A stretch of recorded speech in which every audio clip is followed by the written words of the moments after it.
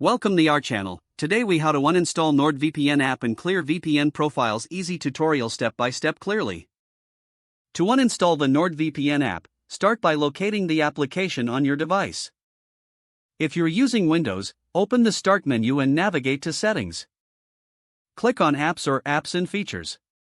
In the search bar, type NordVPN. Once you find the app, click on it. Then, select the Uninstall button that appears. Confirm any prompts that ask if you're sure about the uninstallation. For Mac users, find the NordVPN icon in the Applications folder. Simply drag the app to the trash. To ensure a complete uninstallation, you may want to empty the trash afterward. Next, let's clear any remaining VPN profiles. On Windows, open Settings again and go to Network and Internet.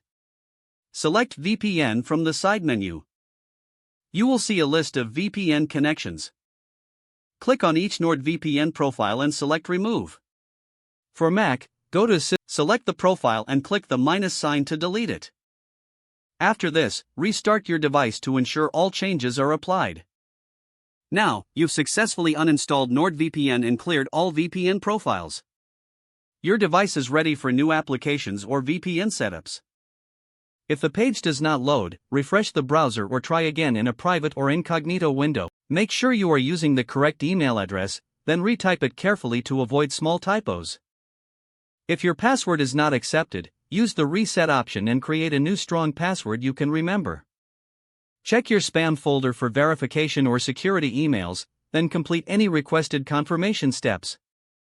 Enable two-factor authentication if available to improve account security and reduce unauthorized access risk. After signing in, review your profile details so your contact information and settings are accurate and current. If you see an error message, note it down and try again after restarting your device and internet connection. Log out when you finish, especially on shared devices, to keep your account and payment information secure.